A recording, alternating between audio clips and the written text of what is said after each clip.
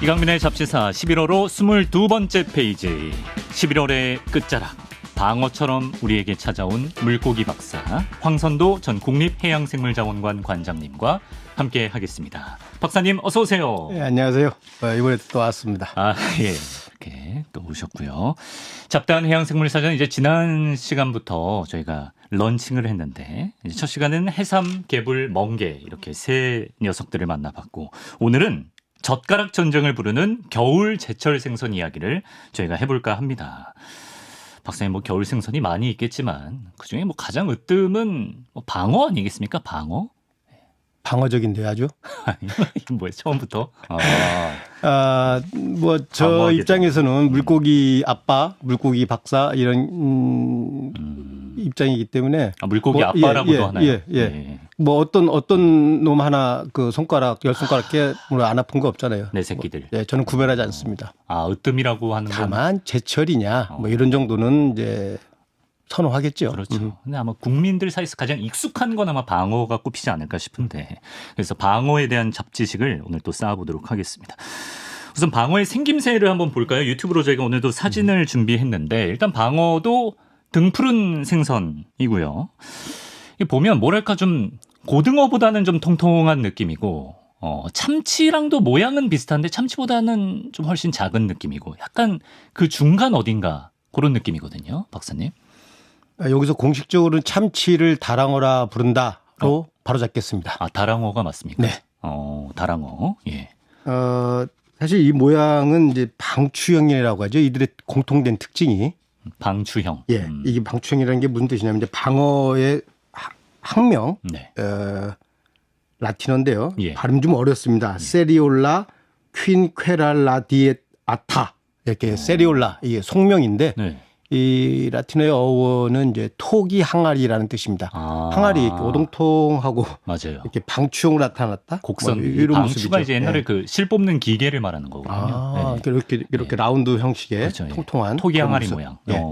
그런 것이고 이제 또 하나의 공통점은 고도 회유종이다라는 겁니다. 굉장히 빠르게 헤엄을 친다. 그러니까 물 속에서 가장 물의 저항을 덜 받는 방법이 유선형이잖아요. 방추형이 딱 유선형이잖아요. 체형이. 그래서 그런 특징을 갖고 있고요. 네. 근데 재밌게 모양은 비슷한데 분류 학상으로는 다른 속에 속합니다. 다른 과에 속해요. 뭐가 고등어랑 예. 다랑어랑 그래요. 그래서 예를 들어서 이제 고등어, 예. 다랑어, 삼치 이런 종류는 네. 고등어과에 속하고 예. 전갱이, 방어, 부시리, 제빵어 오늘 쭉 뒤에 나올 텐데요. 예. 이런 놈들은 전갱이과에 속합니다. 분류 학상은 조금 다르죠. 다르구나. 모양만 비슷할 뿐이죠. 근데 참치는 왜 안 되나요?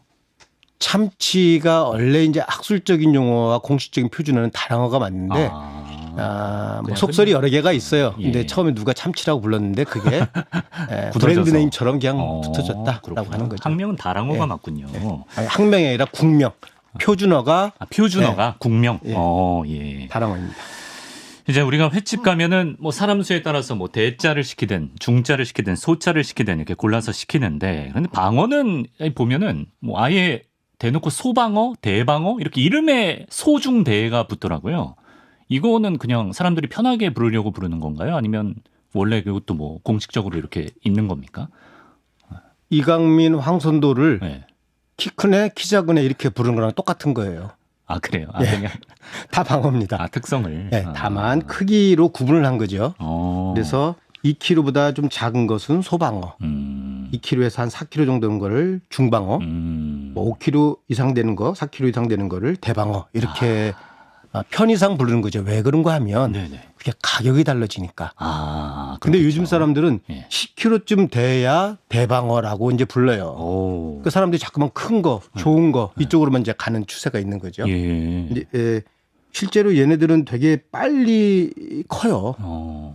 1년, 1세어가 되면 한 30cm가 되고 1년 만에? 예. 와. 예. 한 4년 정도 되면 80cm가 되고. 얘네 엄청 크구나. 예. 최대 수명은 6세요. 6년인데 1m가 되고 한 13kg까지 나갑니다. 얘는 한 1m 가까이 되네. 왜 이렇게 빨리 크느냐? 일단 표충어류, 표어류, 표충에서 유행하는 어류들이 성격상 빨리 큽니다. 그래요? 그리고 특히 이 방어 같은 경우는 어식성이에요. 초식이 아니라 육식성. 다른 작은 물고기를? 물고기들을 잡아먹으니까 아무래도 에너지를 많이 보충하고 예. 빨리 크는 거죠. 그러니까 그 수면 가까이에서 헤엄치는 애들이 빨리 크는 경향이 있다는 말씀이에요. 그리고 수명이 짧고 바닥에 가라앉아 있는 것들이 천천히 크지만 오래 살죠. 그렇구나. 몰랐네. 예. 사실 방어하면 뭐 제주도 방어 먼저 떠올리는 분들이 많이 계실 것 같은데요. 뭐 일본, 하와이에 이르는 이제 태평양 일대에서 방어를 만날 수 있다고 하는데 아무래도 좀 따뜻한 물에서 사는 물고기인 것 같습니다. 아까 시작할 때도 네. 뭐 제주도에서 있었던 방어가 점점점 기후 온난화로 동해안 쪽으로 올라가고 있다. 네. 이렇게 이제 분석을 해주셨는데 실질적으로 방어는 그런 만큼 온대성 어류입니다. 그 뭐냐면 따뜻한 물 속에서 사는 어류다라는 얘기죠. 예. 원래는 더 밑에 있겠죠. 그런데 이제 겨울철이 되면 어디로 모이냐면 제주도 근해 그쪽에서 월동을 합니다. 우리가 월동하기 위해서 김장하잖아요. 네네. 얘들도 겨울을 나기 위해서 따뜻한 데로 오는 거죠. 우리나라 연안 중에서도. 네. 그래서 제일 남쪽에 있는 섬이라면 우리가 이제 뭐 마라도 아니겠어요. 그렇죠. 그러면 그 근방에서 주로 겨울에 조업이 이루어지죠. 그쪽으로 모였기 때문에 조업하기가 쉬운 거예요. 그래서 제주도에서도 남쪽 서귀포시 또 거기서도 더 남쪽에 가까운 대정읍 거기서도 또 모슬 포항에 가면 11월 중에 아까 뭐 초기에 나왔대요. 최남단 뭐 지난주에 이제 방어 축제가 거기서 이제 매년 이렇게 열리고 있죠. 근데 이게 얼마나 많이 잡히느냐 이런 말들은 이제 참 비과학적인 표현이에요. 그래요? 왜요? 예. 얼마나 많이 잡히느냐, 어획량이 얼마나 되느냐 이런 얘기잖아요. 그러면 어획량은 뭐와 비례하느냐? 그 물속에 잡히진 않더라도 얼마나 많이 살고 있느냐.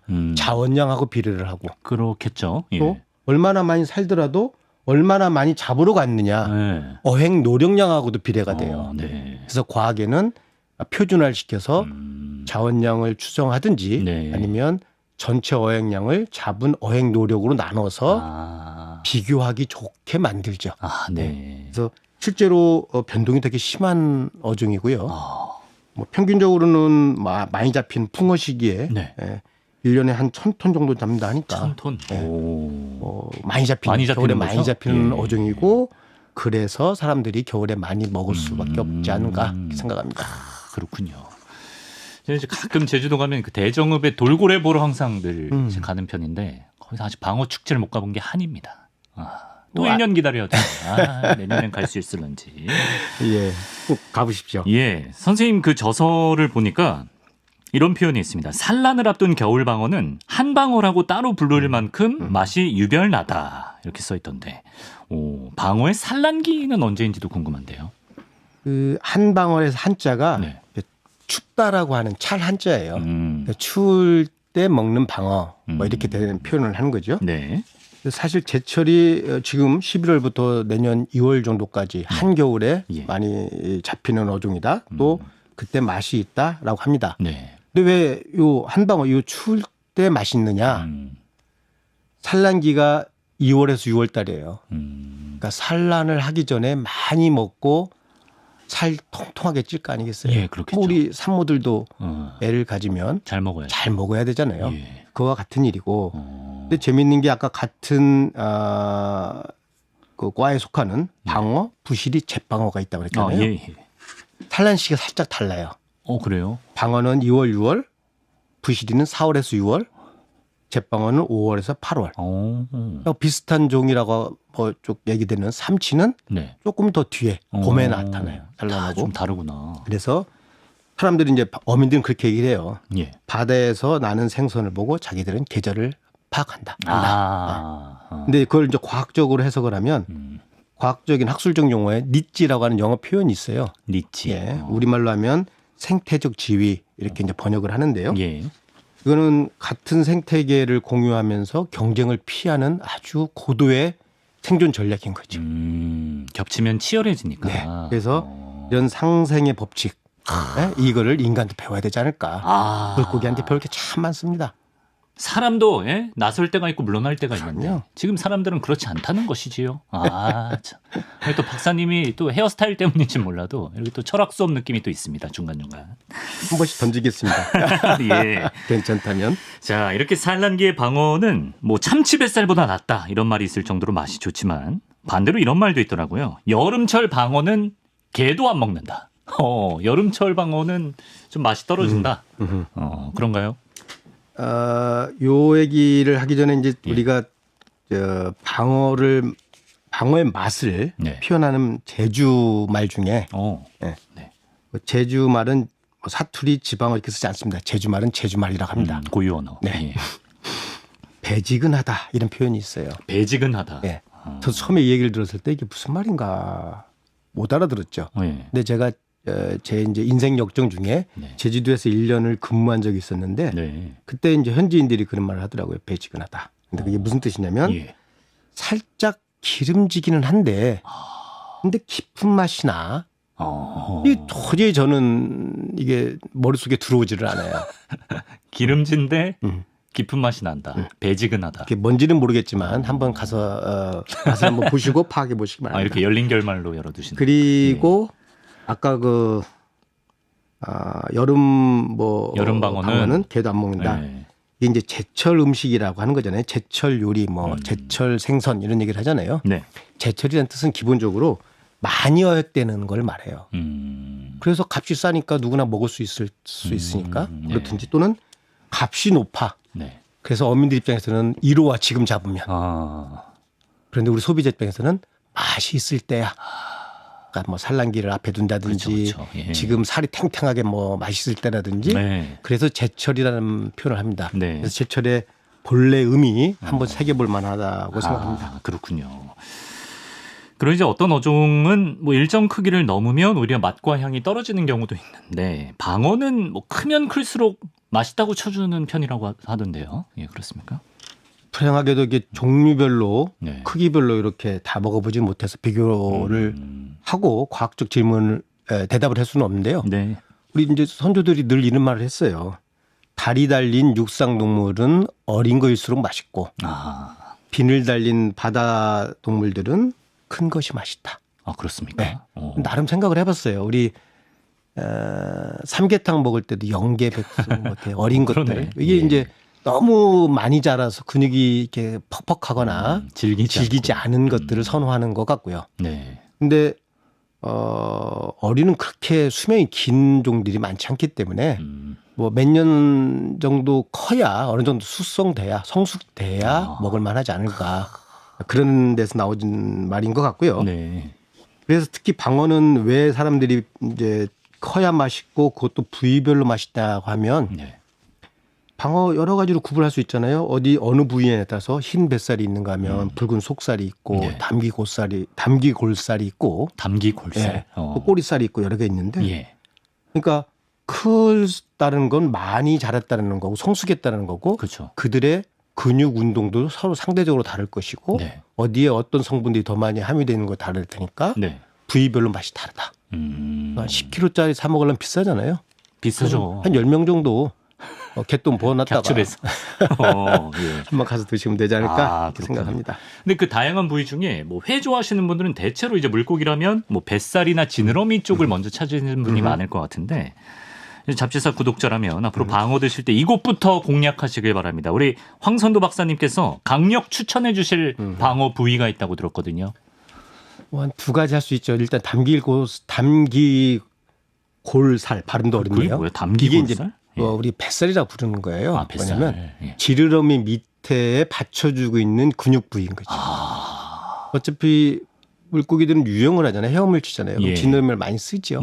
근육을 많이 우리가 쓰는 부위일수록 쫄깃쫄깃하고 맛있잖아요. 그래서 뱃살, 배에 있는 부분이라고 하지만 사실은 그게 지느러미 밑을 받쳐주는 근육들 이런 것들이 이제 쫄깃한 걸 좋아하는 사람들은 좋고. 담기골살. 또 눈 부위 여기 기름기가 많이 있는 거잖아요. 눈이요? 우리 명태도 눈 이렇게 먹긴 먹는데 하고. 다랑어 눈도 사실은 또 먹기도 하고. 거기 살이 근데 많나? 눈 주위에 생각보다 지방도 있고 꽤 젤라틴 성분이 있어서 그 부분도 맛있습니다. 피부에도 좋고. 그 피부에 좋은 얘기 한 김에 지난 시간에 저희가 개불 해삼 얘네 얘기하면서 정력 얘기를 너무 많이 한 느낌이긴 한데 방어를 먹으면 영양적으로 어떤 효과가 있을까? 듣기로는 비타민 D가 굉장히 풍부한 어종이라고. 오늘도 피해갈 수 없는 약방 질문이네요. 예. 자, 비타민 D 많습니다. 그래서 순환계 질환, 노화 예방 뭐 이런 좋다고 하고요. 네. 또 DHA, 뭐 등푸른 생선 공통적이죠. EPA, 불포화 지방산이 많아서 뭐 수험생들한테 좋다, 머리 좋아진다라고 해요. 네. 근데 뭐 살짝 그 초치는 얘기 같지만 예. 우리 이런 말 있잖아요. 진료는 의사에게, 약은 약사에게. 아하. 라고 말하는 것처럼 네. 음식은 음식일 뿐입니다. 그러니까 감사하게 맛있게 드시면 되고 사실 얼마나 많은 양을 섭취해야 그런 성분들을 내가 효과를 볼 만큼 먹을 수 있을까? 그 생각하면 그 정말로 그런 효과가 필요할 때는 약을 먹어라. 약을 잘 농축돼 있는 약을 그 정도 사서 효과 보려고 좋겠다. 많이 먹으면 안 좋은 것도 있을 거예요. 그죠? 오히려 안 좋을 수 그렇죠. 있죠. 지나치면 안 좋은 거예요. 예. 이건 과학적인 저의 제안입니다. 네. 그러니까 먹으면 뭐 좋을 거야 이런 긍정적인 마음으로 드시는 건 좋지만 이제 약대용으로 뭐 드시거나 이런 거는 조금 그럴 수 있다. 그리고 잠깐 유튜브로 저희가 두 종류의 물고기를 한번 띄워보겠습니다. 볼까요? 네, 저 두 종 이제 글자 작은 글자로 써 있긴 합니다만 모양만 봤을 때 여러분 구분을 하실 수 있을지 모르겠어요. 위가 이제 방어고요. 아래가 부실입니다. 부실이. 근데 진짜 약간 좀 빛깔이 다른 정도? 그 정도 말고는 정말 흡사하게 생겼네요, 박사님. 네. 뭐 사실은 물고기의 형태를 보고 분류를 하는 사람들은 분류학자라고 따로 있어요. 네. 생물학 안에서도. 예. 근데 방어, 부실이, 잿방어 그냥 하나하나 독립적으로 보고 분류해내기는 만만치 않습니다. 그만큼 유사하죠. 네. 뭐 말이 나온 김에 이 세 종에 대한 분류 방법, 뭐 세 개를 놓고만에 비교한다면 네. 서로 내기를 한다면 그 팁을 하나 좀 드려볼까요? 내기에서 이길 수 있는 팁. 예. 방어는 사실은 잘 보시면 네. 위턱 여기 이렇게 입 있는 턱, 예. 요 가장자리 모서리가 각져 있어요. 턱 네. 모서리가 보이면, 각져 있다. 예. 그리고 더 재밌는 건 네. 가슴 지느러미, 배 지느러미 네. 이게 길어요. 지느러미가 길다. 예, 그래서 방대해 보여요. 방대에서 방어인가요? 그렇게 외우면 생각해 되겠네요. 보십시오. 예. 부실이는 예. 위턱 모서리가 둥근데 네네. 가슴 지느러미, 배 지느러미가 짧아서 부실해 보여요. 아예 작정하신 거였구나. 예. 잿방어는 네. 눈을 가리기는 이렇게 노란 띠가 있는데 예. 옛날에 배트맨하고 같이 짜고 나온 로빈 혹시 기억하시나요? 기억나죠. 예. 이렇게 로빈. 눈 가리게 하잖아요. 약간 눈 가리게 하죠. 예. 잭 뿌리면 막아야 되는 게 눈 가리기 아니겠어요? 이거 썬킴 씨가 많이 하는 건데, 썬킴 씨가 뭐 이렇게 외우라고 많이 하는 건데. 그런 전상법이죠, 일종의. 저희들도 그게 늘 헷갈리기 때문에. 정리 한번 하겠습니다. 네. 그래도 열심히 생각해 오셨으니까 지느러미가 방대하면 방어고, 지느러미가 좀 부실하고 짧으면 부실이고, 이제 눈 가리게 로빈처럼 재 뿌리지 말라고 눈 가리게 하면은 이제 잿방어다. 이렇게 정리를 해봐야겠습니다. 도움이 되길 바랍니다. 이런 게 근데 오래 가요. 오래 갑니다. 감사드리고요. 수능생들 수능이 끝났군요. 진작에 했으면 시험 문제 혹시 맞힐 수도 있었을 텐데. 이런 문제 안 나올까요? 나올 것 같은데요. 알겠습니다. 그렇군요.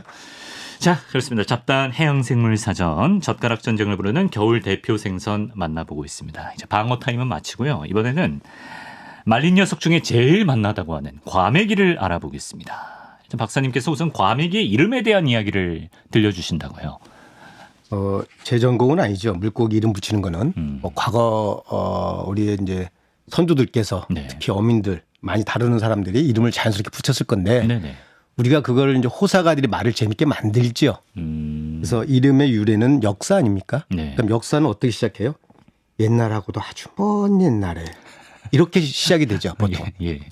그리고 이제 이게 과메기가 분명히 동해안에서 주 산물이라는 걸 알으니까 겨울 나와야 되고 동해안 나와야 되고 또 요때쯤 한양에 과거 보러 가는 선비가 꼭 나타나요. 지금 이야기가 만들어지고 이게 있네요. 필수 등장 인물들. 예. 이게 음식 얘기잖아요. 예. 그럼 또 배가 고파야 돼요. 꼭 요때쯤. 고파야지. 예. 그리고 먹을 것도 찾아 헤매야 돼요. 예. 근데 나무가지에 어떤 물고기가 네. 꽤 있는 것을 발견한 거야. 나뭇가지에 물고기가 꿰어져 있는 근데 거예요? 왜 필름 거기에 거기 꿰어 있는 거예요? 난 알 수가 너무 없는데. 뜬금없는데. 그렇게 사람들은 말을 만들어내죠. 그래서 그 맛을 먹어보고 너무 맛있었어. 배고픈데 뭐가 안 맛있겠어요. 과거 시험 보러 가다가? 네. 예. 그리고 마지막에 그 맛을 잊지 못해도 꼭 과거에 합격하고 꼭 먹으러 가요. 도루묵도 그렇고 다 그렇잖아요. 그렇군요. 예. 여기서 이제 포인트가 눈을 꿰다. 네, 꿰일 관자, 네. 눈목자 한자로 표현한 거죠. 관목. 그래서 관목.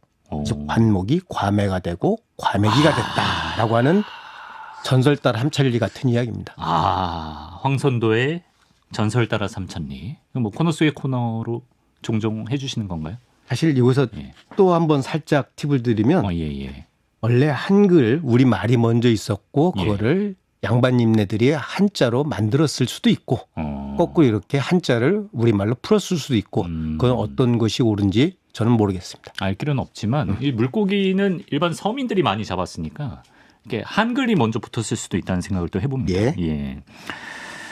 자, 이제 과메기는 뭐 반건조된 형태이고 이제 생물로 보면 꽁치 아니겠습니까? 꽁치. 근데 이 꽁치 역시도 방어처럼 지방 함유량이 아주 높은 어종이라고 들었습니다. 네. 이제 과메기 얘기하면 이제 꽁치 얘기가 나올 수밖에 없잖아요. 네. 그런데 저도 이걸 이제 찾아본 결과인데, 꽁치 아가미 근처에 구멍이 사실 하나 있어요. 구멍이요? 예, 이렇게 살짝 핀으로 찔린 것 같은. 네. 근데 그래서 구멍 공자에 전미사 치가 붙어서 꽁치가 됐다라고 하는 말이 있습니다. 공치에서 꽁치로. 그런데 여기서 이제 늘 헷갈리는 거예요. 어떤 물고기는 전미사 치가 붙어서 치로 끝나고 갈치, 뭐 넙치, 무슨 치. 어떤 경우는 고등어, 뭐 방어, 뭐 이렇게 해서 어자가 붙어. 어떤 사람들이 이렇게 얘기하죠. 뭐 비늘이 붙어 있으면 뭐 어자고, 비늘이 없으면 치자고. 그런데 사실 따져보면 꼭 그렇지도 않아요. 그래요. 예. 그래서 이런 한글을 아주 잘 알고 있는 그런 말의 언어의 단어의 기원을 잘 알고 있는 제 고수한테 제가 여쭤봤어요. 제아의 고수에게. 답이 아주 간단했어요. 물고기 어자는 한자고 치자는 한글이다. 치는 일단 한글이고. 미닝리스, 별 의미가 없는 얘기다. 치열하게 토론을 벌일 거리도 아니었다. 네. 또 근데 아까 질문이 이제 방어처럼 함유량이 지방 함유량이 많다라고 했잖아요. 그건 사실입니다. 꽁치 같은 거 이렇게 걸어놓으면 이제 뚝뚝뚝뚝 물 떨어진데 이게 지방이죠. 녹아난 거잖아요. 근데 꽁치가 겨울철에 지방 함유량이 많아요. 그래서 사람들이 꽁치는 서리가 내려야 제맛이다 라고 했는데 사실 분석한 결과 겨울을 나기 위해서 몸에 패트라고 하는 지방을 많이 넣잖아요. 10월, 11월 이때가 한 20% 정도 증가한다라고 하는 분석 결과 있는 거 보면 과거의 속담조차도 아주 과학적인 근거에 입각했다. 이렇게 역으로 해석해 봅니다. 저도 이제 살이 쪘다가 여름, 가을에 좀 살을 뺀 상태인데 지금 다시 겨울에 좀 찌울 필요가 있을까요? 보통 말이 가을에 살찌잖아요. 천고마비라. 저 말띠입니다. 근데 왜 이게 뭐가 이상하네요. 그럼 분석 한번 해봐야겠습니다. 언젠가. 거스르고 있었군요. 근데 우리는 인간은 사실 겨울에 살이 찝니다. 우리도 많이 먹습니다. 에너지를 더 내야 겨울을 이겨내니까. 비슷하네. 또 옷도 많이 입잖아요. 그렇죠. 모양새가 막 살쪄 보이잖아요. 드십시오, 겨울에는. 꽁치랑 비슷하네. 저는 사실 그 과메기의 맛을 잘 모르다가 매년 그 포항 CBS의 아나운서 한 분이 연례행사처럼 과메기를 서울로 보내주세요. 그거 이제 몇 점 주워 먹다가 맛을 알게 됐는데 포항산 과메기가 유독 맛있는 이유가 있을까요? 제 첫 발령지가 포항이었어요. 그렇군요. 그때 저는 이제 중부지방 사람이라 포항을 제 일생에 처음 가본 거죠. 마찬가지로 이런 시기에 과메기를 동료들이 이제 먹자고 그래서 먹었는데 처음엔 피릿하고 맛이 좀 맞지 않더라고요. 제 입맛에는. 근데 사실 살아보니까 겨울을 나보니까 겨울에 바람이 많은 곳이 또 포항입니다. 그런데 그게 남쪽 지역이잖아요. 바람은 차서 체감 온도는 높은데 사실은 기온 자체가 그렇게 높지는 않아요. 그래요. 그래서 우리 또 옛날부터 지금은 뭐 기후 위기니 뭐 기후 변화 때문에 많이 바뀌었지만 상황이 사만사온이 있으니까 바람 많이 불고 그렇게 얼지 않는 정도의 온도에서 잘 마를 수밖에 없지 않았을까. 왜 기름기가 많은 건 산패가 많은데 그런 조건이 아니면 잘 마르지가 않죠. 마르기 전에 그냥 다 썩어버리죠, 일종의.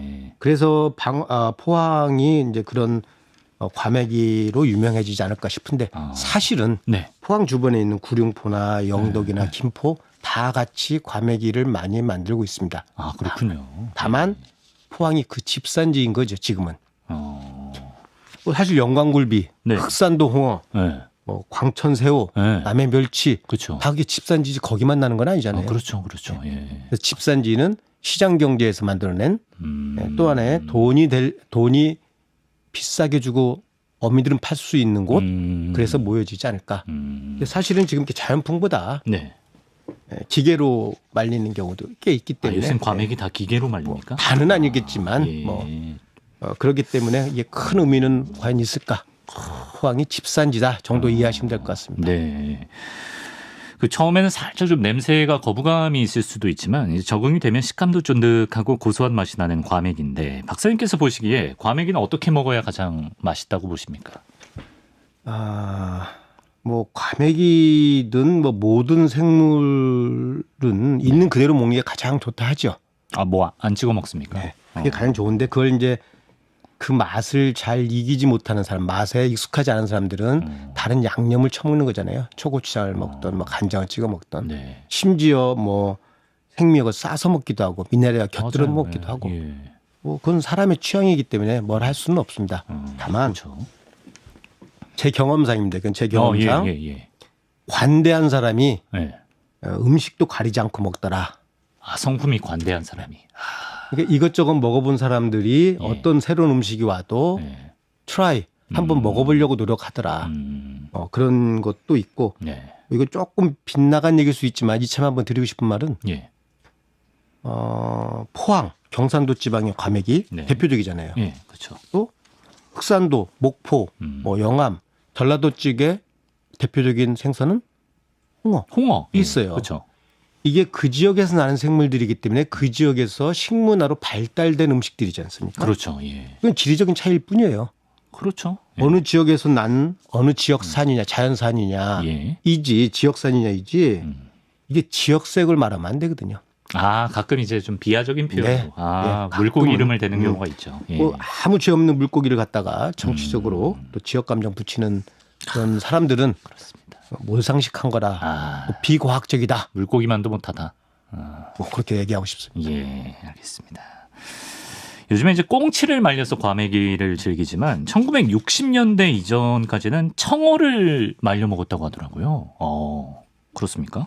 요거 할 말이 별로 없는데요. 왜죠? 제가 60년대 이전엔 살아보지 않았습니다. 일단 먹어보지 않았고 그때. 예, 그렇죠. 예. 다만 이제 그건 분명히 알고 있어요. 원래 과메기는 네. 청어로 만들었었다 과거에는. 근데 근데 그 이유는 무엇이냐? 그때 그곳에 청어가 많이 났었을 겁니다. 그래요. 그 시기에. 그래서 그걸로 재료를 만들었는데 어느 순간에 청어가 네. 잘 안 나타났기 때문에 그 다음에 많이 나타난 생선, 그러니까 물고기가 꽁치였고 그걸로 이제 과메기로 만들어졌죠. 네. 근데 수년 전에 과메기, 그러니까 청어로 만든 과메기, 네. 어떻게 먹을 수 있는 기회가 있었어요. 한번 먹어봤어요, 제가. 예. 근데 답은 이렇게 드릴게요. 네. 맛은 익숙한 것을 먹는 법이다. 먹어봤던 것이, 처음에 내 입에 먹어봤던 것이 나한테는 익숙하고 그게 맛있게 느껴지더라. 조금 생소하셨구나. 예. 그렇습니다. 청어 얘기 나온 김에 청어가 영어권에서는 이제 해링이라 불리는데요. 여기에 얽힌 또 재밌는 이야기가 있다고 들었거든요. 이것도 얘기가 길어집니다. 네.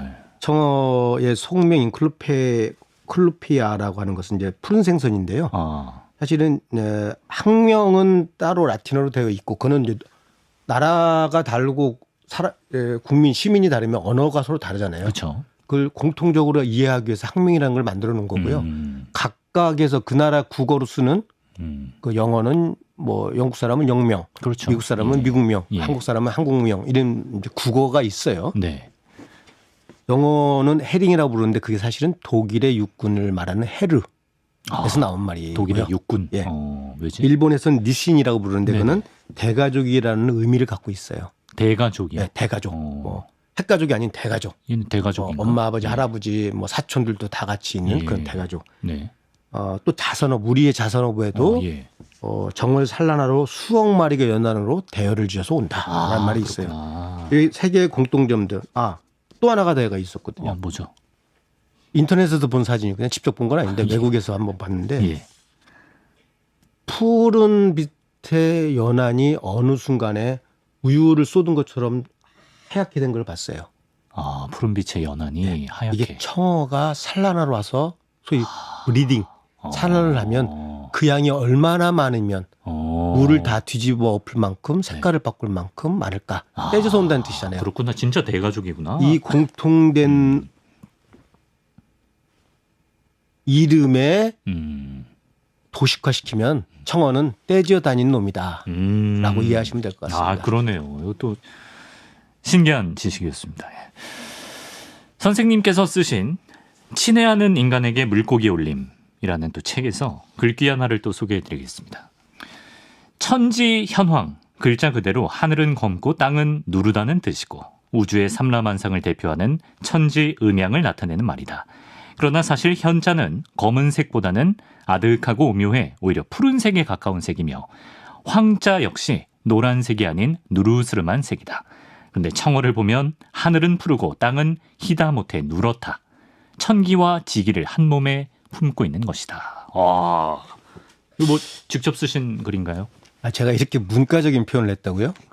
책에 저도 기억이 잘 안 나는데 당시 아마 이 책을 집필할 때는 상당히 제가 감성적이지 않았을까 이렇게 생각합니다. 그렇군요. 다만 이제 과학자로서 이걸 좀 해석을 하면 예. 그만큼 청어가 갖고 있는 자연에서 갖고 있는 위치가 그럴 것 같다라는 표현일 겁니다. 그래서 과학적 분석 결과 고등어, 꽁치, 청어 이렇게 등푸른 생선들이 기본적으로 DHA, EPA 같은 오메가3 그 지방산, 불포화 지방산이라는 것들을 많이 갖고 있고 또 이것이 우리 지역만 있는 게 아니라 뭐 북대서양, 북해, 발트해 이런 주변 연안국들, 북유럽 연안국들에서는 대구와 함께 굉장히 중요한 수산 자원이에요. 청어가.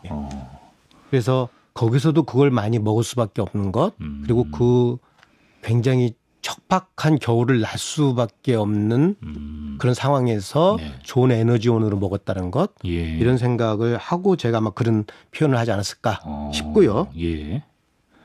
제 기억에 출장을 갔을 때 물론 이제 그 통조림으로 나와 있는 청어였지만 그 청어를 샌드위치에서 넣어서 껴서 먹는 유럽인들을 보고 한번 먹어봤어요. 비리고 이상할 줄 알았는데 생각보다 괜찮았어요. 청어 샌드위치. 기회 되면 한번 좀 트라이해 보십시오. 예전에 뭐 참치 통조림 이런 거 넣어봤는데 궁금한데요. 자, 마지막 질문 드리겠습니다. 한때는 자취를 감춰서 이제 꽁치로 과메기가 대체될 정도로 자취를 감췄던 청어가 최근에 다시 돌아오고 있다는 얘기가 있더라고요. 예, 그렇습니까? 저 수년 전에 어떤 방송사 이제 촬영차 남해안 어장을 간 적이 있었는데요. 이제 그물을 걷어서 뭐 종을 분류하고 이건 무슨 종입니다. 이건 설명을 해야 되는 거예요. 근데 저도 나름 현장감이 좀 있었기 때문에 웬만한 어종들은 현장에 다 분리가 가능했는데 어디선가 이렇게 조그만한 것이 하나 나오는데 이게 멸치도 아닌 것이 멸치보다는 좀 채고 더 넓적하죠. 이런 것이 잡혀서 도저히 그때는 이게 뭔지를 잘 몰랐어요. 나중에 찾아보니까 현지 어민들이 솔치라고 부르는 건데 솔치. 그게 청어의 어린 새끼인 거였어요. 그렇구나. 그게 2010년부터 잡힌다는 얘기도 제가 들었거든요. 어민들한테. 그러면 과거에 사라져서 청어 대신 꽁치로 과메기를 만들었는데 그럼 다시 살아온다는 얘기 아니겠어요? 요거에 관련된 과학적 사실이 하나 있습니다. 뭐죠? 영국의 해양생물학자인 러셀이라는 사람이 영국 남부 바닷가의 플리머스 연안에서 1924년부터 1972년 거의 50년간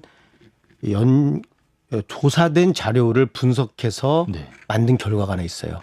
재밌는데 우리 포스페이트라고 하는 포스포러스라고 하는 인 있죠. 원소기후. 15번인 인.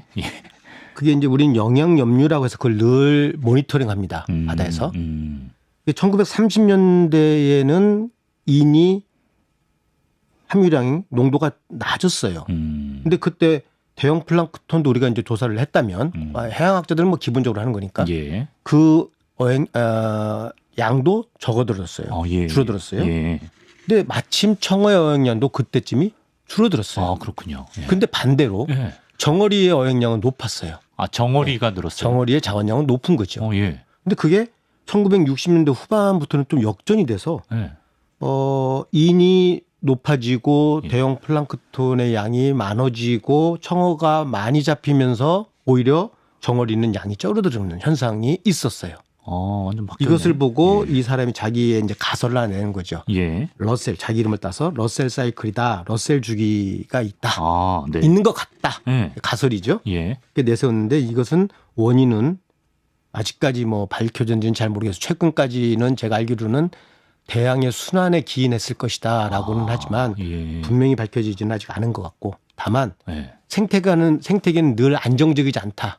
이거 하나만은 사실인 거죠. 예. 늘 변화가 있는 거죠. 네. 이렇게 변동이 있는 거죠. 변동이. 그게 뭐 40년 주기든 뭐든 간에. 그래서 이걸 생각하고 우리의 입장을 다시 한번 봤어요. 네. 분명히 아까 계속 대화 중에 1960년대 이전에는 청어가 많았는데 맞아요. 네. 제가 아까 또 솔치가 2010년쯤에 예. 솔치가 또 발견하기 시작했어라고 했잖아요. 네. 그럼 우리도 한 50년 주기가 되는데 그러네. 혹시 이게 그쪽에 그러니까 대서양 북대서양과 예. 태평양 연안인 우리하고의 네. 어떤 지역적인 해역적인 차이는 있지만 네. 비슷한 주기를 갖고 있는 건 아닌가라는 생각을 해봅니다. 만약에 예. 이런 것들을 정말 밝혀보고 싶다면 이렇게 방송에 나와서 한 줄짜리 이야기지만 네.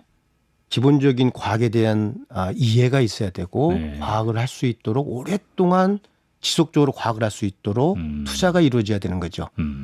최근에 보십시오. 코비드 19 소위 네. 코로나 얼마나 힘들었습니까? 그럼요. 전 세계가 다 힘들었잖아요. 예. 홍수, 한파 이런 걸로 표현되는 기후 위기 네. 되게 사회적인 문제 아닙니까? 네. 이런 자연 재해 시대가 왔는데 우리는 그거를 해결하기 위해서 공학적인 측면만 생각하고 있는 거죠. 더 근본적으로 왜 그런 일이 일어났는지를 이해하는 자연과학적인 토대를 네. 구축하기 위한 영어가 어렵죠. 이게 과학자들이 쓰는 이제 예. 이해했습니다. 돈 달라고 하는 그 예산 프로포잘에 들어간 말입니다. 예. 이런 것들이 지원돼야 된다라는 얘기고 예. 그래서 저는 이렇게 말합니다. 소외된 학문들 그게 생물학이든 생태학이든 이런 소외된 학문들이 궁극적으로는 돈 안 되는 학문이라고 해서 내쳐질 게 아니라 자연재해를 미리 예방할 수 있는 학문이기 때문에 예. 궁극적으로 발생하고 해결하려고 하는 돈보다는 훨씬 적게 들 것이다. 그래서 네. 소외된 학문이 예방 학문으로서 더 돈이 될 수 있다. 이런 관점들을 정치인들이나 관료들이 좀 이 방송을 듣고 이해해 주셨으면 좋겠다. 그러게요. 좀 미리미리 라는 생각을 네. 드립니다. 지원이 좀 이루어지면 좋겠네요. 마지막에 너무 좀 지나친 표현일지 모르지만 예. 지나친 표현 하시나요? 예. 요즘 R&D 문제로 예산 감축 뭐 이런 문제가 많은데 예. 한 번쯤은 더 심사숙고하실 기회는 아직 남아 있다. 시간은 있다. 이런 말씀을 드리겠습니다. 네, 알겠습니다. 이제 막판에 청어 얘기하면서 저희 잡지사 기존 시리즈들이 있죠. 곽재식 작가의 원스 어폰 어 타임 인 편이라든지 장준우의 잡다한 미식사전 그때 이제 괴식 특집에 수루 스트래밍 얘기했었거든요. 그런 것도 같이 생각나시면 복습해 보시길 바라고요. 잡다한 해양생물사전 오늘은 겨울 제철 생선 방어와 과메기를 통해서 어떤 물고기의 흥망성쇠랄까요? 또 대자연의 순환 이런 것까지 생각해보는 시간을 가져봤습니다. 황선도 박사님 오늘도 말씀 고맙습니다. 고맙습니다.